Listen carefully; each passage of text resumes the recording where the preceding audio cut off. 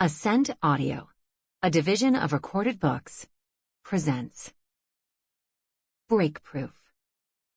7 strategies to build resilience and achieve your life goals. How to reach your life goals. By Jenn Drummond. Narrated by Larsen. BreakProof. Adjective. Refers to a resilient and adaptive mindset that does not easily break under pressure, reinterpreting the notion of quitting. This perspective recognizes that our initial paths or methods might not always be the most fruitful or aligned with our long-term goals. As such, the capacity to reassess, recalibrate, and, if necessary, redirect one's efforts is seen as a valuable asset. Instead of obstinately adhering to a task, goal, or plan, like sticking to a career path that is no longer fulfilling, even when it may no longer serve one's best interests, a break-proof approach values the ability to recognize when circumstances or objectives have changed. For instance, an individual with a break-proof mindset might reassess their professional trajectory when they notice a decline in their passion for their work, opting to pivot into a role or field that better aligns with their current interests and life circumstances. Being break-proof isn't about mere persistence or blind allegiance to a course of action. Instead, it involves recognizing when to change strategies, similar to how a skilled sailor adjusts the sails to navigate changing winds effectively. This entails a continuous loop of self-evaluation, a process that might include regularly reviewing one's goals, assessing the alignment between current actions and those goals, seeking feedback from trusted colleagues or mentors, and reflecting on personal satisfaction and well-being. This iterative process ensures that one's actions and choices are dynamically responsive to evolving aspirations, strengths, and realities. Life, with its vast array of experiences, lessons, and potential paths, demands a flexible navigation strategy. Challenges and setbacks aren't just hindrances. They are opportunities to accumulate wisdom, adapt, and potentially venture in a new direction. They allow for reinvention and growth. To be break-proof is to maintain a constant openness to new possibilities, such as taking a class in an unfamiliar subject, volunteering for a project outside of your usual scope at work, or networking with professionals in a different industry.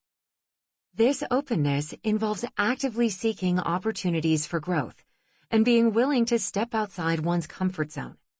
This means ensuring that every step taken, whether it be advancing in a current career, a forward move, transitioning to a new field, a lateral move, or even taking a step back to learn and reassess, a backward move, is a purposeful decision aimed at fostering growth in both professional and personal dimensions, such as acquiring new skills, improving mental well-being, or deepening relationships.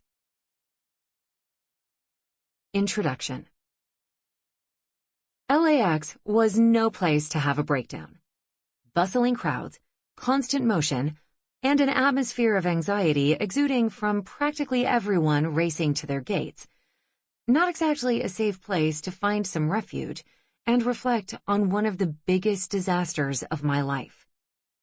But after a chaotic flight back to the United States from Pakistan, all on the heels of a police escort and the very real loss of life, it was as close to a haven as I was going to get at that moment. I was desperate for sanctuary. I failed to summit.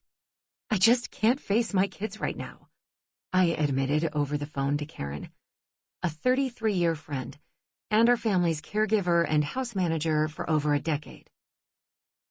She had been acting as the emergency contact for my 7 children while I was away on K2, and they were spending a month of their summer at 3 separate camps. Karen was understanding and sympathetic, but couldn't comprehend what I had just been through. The truth was, I could hardly comprehend it. I needed time to process, come to terms with everything, and catch my breath. If possible, I needed time to make meaning out of it. I just needed time. Of course, Karen said, the consistent voice of reason and stability of our otherwise chaotic existence, no doubt hearing the emotion in my voice. I've got everything covered here. The kids won't be home from camp for another few days anyway. Karen's response was a welcomed balm for my frayed nerves. At least everything was stable at home, while I could decompress for a day or two. I thought I had prepared for every challenge the journey would bring, yet I'd failed. When I set out to climb the 7-second summits, I knew it wouldn't be like your average mom of 7 setting a goal for herself. This was a life-and-death kind of challenge, one most wouldn't even consider. Expectations included minimal hand-holding, very few full nights of sleep, and the foregoing of all creature comforts we typically associate with a comfortable life. Not to mention, eating very few square meals would be a necessary part of the plan. I wasn't naive. I understood the physical toll, sores, aches, the pervasive sand and snow. I was no stranger to discomfort and pain. I'd trained for this. While climbing a mountain had its unique challenges, the ascent mirrored my experience in the corporate world, the highs and lows, the moments of doubt, and the elation of success. Both on the mountain and in business, conditions were unpredictable, tested my resilience, and pushed me to adapt. The altitude might be different, but the tenacity required was the same. This unyielding determination has been the cornerstone of my success, both in reaching the summits and building a business. For more than 20 years, I've carved my path as an entrepreneur. I founded a thriving financial services firm through tenacity, perseverance, and an insane work ethic. I pursued these accomplishments to provide a comfortable lifestyle, afford my family's needs, and secure the financial resources necessary for an unprecedented adventure. To climb the second highest peak on each of the 7 continents. An incredible feat no woman had previously achieved. By the time I'd made it to Pakistan, I'd already summited Mount Everest. Incidentally, not one of the second summits, but rather a challenge set forth by my youngest son on a bit of a dare nearly a year earlier, and come back in one piece. I thought I was well acquainted with discomfort and pain, well equipped with the necessary skills to take on another daring peak. Little did I know what lay ahead.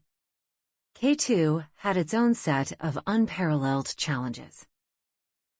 Nothing had prepared me for Pakistan.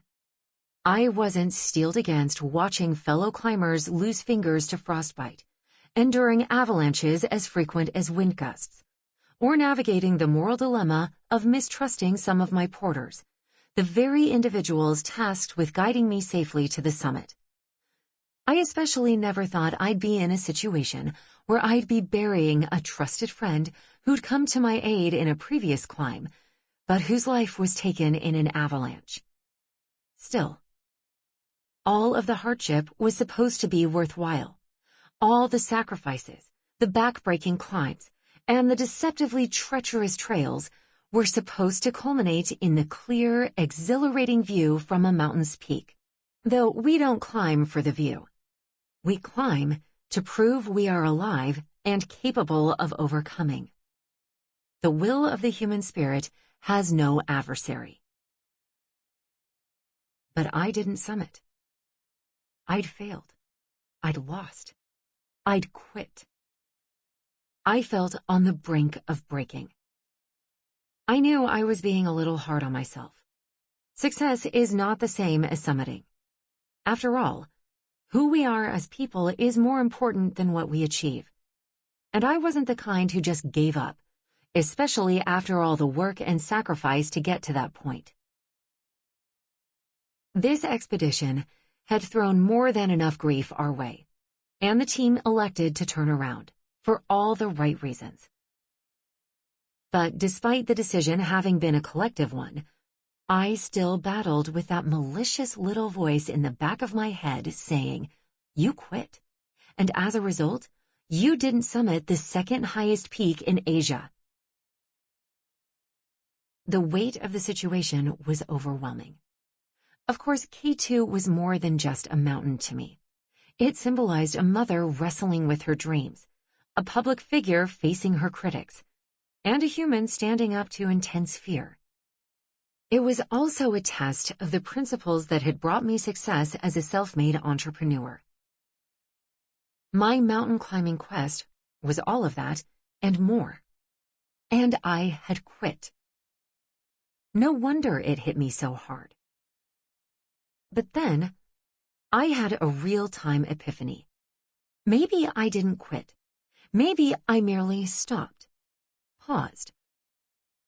In a state of indescribable fear, pain, anxiety, and mental anguish on K2, I reconnected to my governing value: people over peaks. No mountain, literal or metaphorical, is more important than people. All people. The porters, Sherpas, base camp managers, climbing partners, and guides. We'd chosen what was best for the team. I didn't quit. I didn't break. I stopped. Quitting means no longer expanding and growing, and I had done, and would continue to do, plenty of that. I had stopped. And now, I needed to recalibrate strategically to move forward and find new perspectives. Because sometimes you need to climb down in order to climb back up. In the ensuing year, I grappled with my failure. Even as I managed to take 2 more climbs off my list in my quest to become the world record holder as the first woman in history to climb the 7-second summits, K2 gnawed at the back of my brain. Why had everything gone so wrong? Could I fathom going back after what happened the year before? Was turning around a mistake? Was I even cut out for this? Was it worth the struggle, training, and grueling toll on my mind, body, and soul? What was I supposed to learn from all of this? Was it even possible for someone to become breakproof? Mentally, emotionally, physically, spiritually, professionally? What would it mean to become breakproof? Through my experiences on and off the mountains, I've come to understand a great deal about quitting, or breaking, and the resilience we can build to become breakproof. Whether you're a business leader facing your own summits or frustrations with your team, a parent struggling to balance all the requirements of raising kids in today's world, or if you're just tired of existing on the couch and you want to embrace a bigger, even life-changing physical goal, I've written this book for you. While my journey may seem unique, the lessons I've derived have a universal appeal. Whether you're climbing a literal mountain or facing a personal or professional uphill battle, the heart of the journey, the core challenges and rewards, remain the same. Mountaineering is undoubtedly part of the laboratory of my experience, and an apt metaphor to lean into throughout this book. Still, the principles and practices are equally grounded in my experiences building a multi-million-dollar business and raising 7 humans to be responsible and contributing citizens. You likely have a symbolic mountain to climb of your own. Or perhaps you're responsible for others as a leader or parent. If my real-world adventures, sometimes harrowing and sometimes inspiring, serve as a catalyst and encourage you to venture into the wilderness of your fears and doubts, I'll count that as a good thing. If you listen to and apply the lessons I've learned, I hope you might find ways to confront failures, learn from them, and develop resilience in your journey. Because a year later, I did summit K2. How I got there, including the 7 strategies I learned to ultimately overcome that failure, is your invitation to continue listening, to overcome the complex challenges that stand between you and what matters most to you, to become BreakProof. Chapter 1. Cast your vision wider and deeper. Mount Tyree. Landing a plane in Antarctica is like landing on a mirror, where the glistening, reflective surface blurs the discernment of depth or solidity. The landscape is one constant sheet, illusory, constantly challenging the boundaries between the earth and sky, leaving pilots navigating a fine line between tangible reality and deceptive reflection. There's no runway, no control tower, and no lights guiding your descent down the most inhospitable landmass on the planet. You get none of the luxuries every other airport affords. Without the typical markers and comforts of a standard airport, landing calls for acute precision, expert judgment, and the ability to make split-second decisions amid uncertainty. Attributes pilots must possess, and that we too often need to navigate life's unpredictable terrains. The journey to Antarctica begins in Chile, the sole gateway to the southernmost point of our planet, where flights operate not on a fixed schedule, but at the mercy of the weather's whim. This level of unpredictability adds a unique twist to what is already a challenging endeavor. Planes only take off when the sun is projected to be in a perfect position, one that will allow your plane to cast a delineating shadow on the white stretch of ice. That's all the help you get to land an aircraft in Antarctica. A fleeting shadow in the blinding whiteness. And if you take off from Punta Arenas and a random cloud comes into view, or headwinds are strong enough that you miss your window, you have to turn around and head straight back. That means you have to fly a large, fuel-efficient aircraft, prepared for the possibility of returning to Chile without ever touching ground in Antarctica. It's an exercise in navigating through uncertainty, much like charting a path toward a goal in life without a clear map or guide.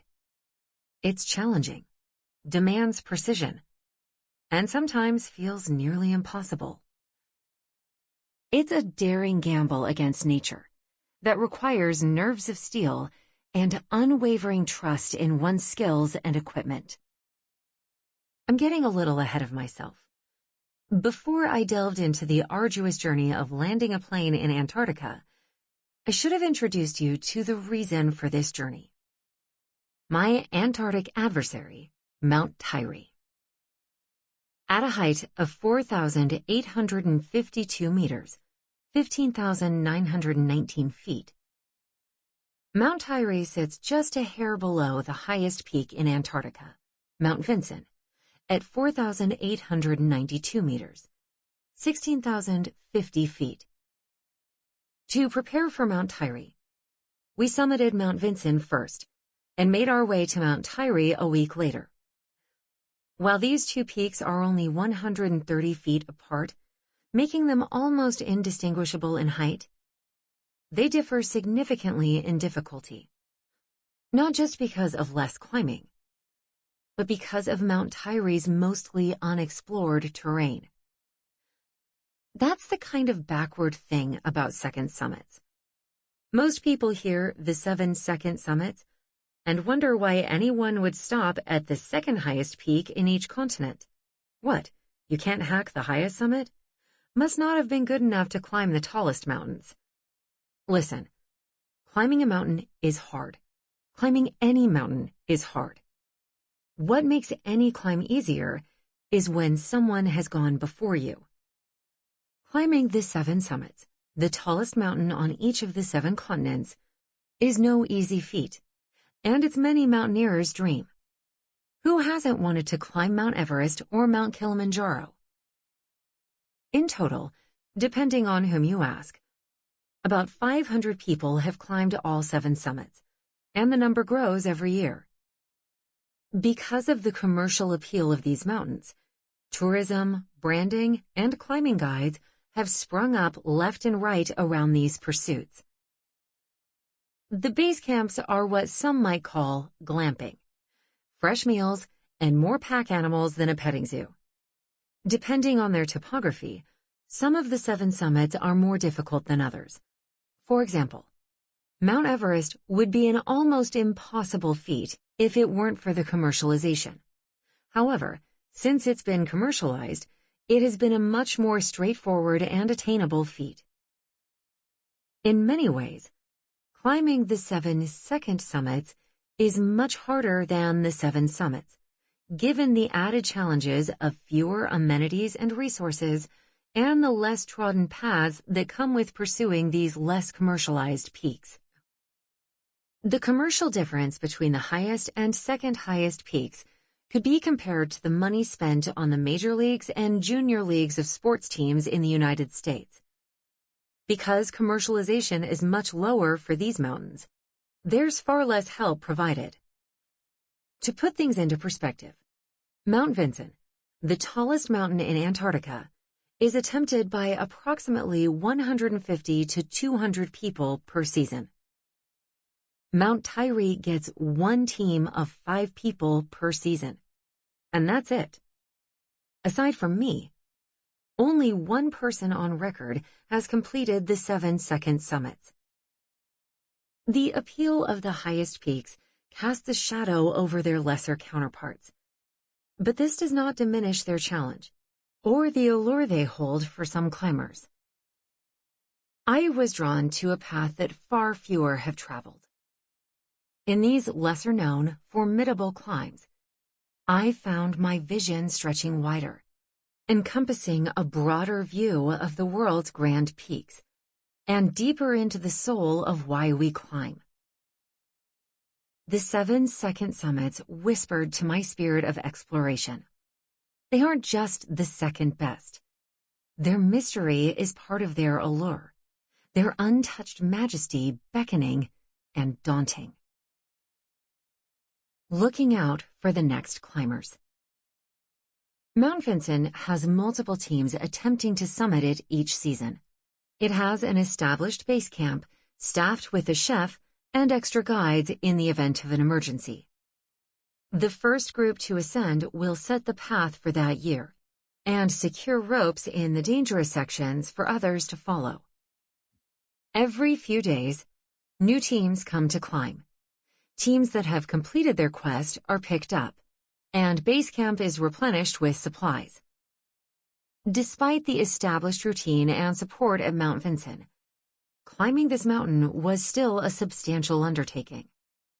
On my climb, I got more than my fair share of blisters, enough to have new boots flown in before attempting Mount Tyree a week later. Mount Tyree was a different beast altogether. The challenge lay not only in its physical demands, but also in the mental and logistical challenges of attempting a peak that few have set their sights on. Mount Tyree was another 30-minute plane ride away from Mount Vinson, and our drop-off spot was where the plane stopped after landing. We unloaded gear, stomped down snow to make a level surface to set up tents, and watched that little tin can of a plane fly off. The remoteness sunk in. No chef, no established camps, no tracks to follow, no animals, no plants, no colors. Nothing. And nobody but us in the stark, pure wilderness. And if there were an emergency, we'd have to wait over an hour for a plane to get to us. And that plane could only fly if the weather were perfect. This place was the epitome of uncharted territory. Aside from the 4 guides with me, that's right, 4 guides for 1 climber, and the 20 or so people who had gone before us. We were blazing our own route. Well, we weren't so much blazing a trail as we were carefully etching our path into the icy slopes. Lucky for us, one of the guides on my team had been one of the previous summiters. So in addition to his memory, we relied on all the notes, photos, and scribbles people left to guide us. But here's the catch. The mountain was still a mystery in many ways, having not been summited since 2019. We faced the unknown. How had the conditions changed over the years? Would there be more snow or ice this year? Would the rock they used to secure a rope be buried, or could we access it? Likewise, taking advice from those who have achieved the same goals you're reaching for under different conditions and circumstances can come with a grain of salt. Just because they succeeded in a particular way doesn't mean you will. In everything from personal growth to business ventures, the environment can change enough that you can't follow someone's guidance too strictly.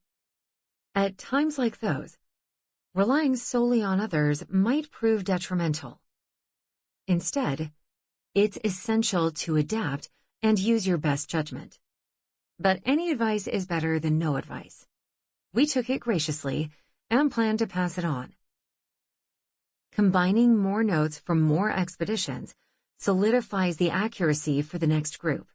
After all, 10 people's notes and experiences are more valuable than 2. And by notes, of course I mean records of details like thickness of a rope, the distance between ice screws, and drawings and pictures, if there were still life in our phones. Similarly, as you navigate your path toward your goals, remember to leave notes for those who follow you. Sharing your experiences, triumphs, and failures not only helps others, but can also give you a new perspective on your journey. Focused by default. Our climb of Mount Hyrie was marked by 3 significant milestones: Base Camp, Camp 1, and the ultimate goal, the summit. With the base camp established, it was time to focus on the next camp, Camp 1. We knew its proximity and devised a strategy to get there. Our guide's experience was invaluable. It allowed us to focus our energy on our direction rather than second-guessing every move. This efficiency saved time and energy, key commodities when striving to become break-proof. As you might guess, Antarctica is a vast expanse of uninhabitable, barren ice and packed snow. There's no natural vegetation or wildlife.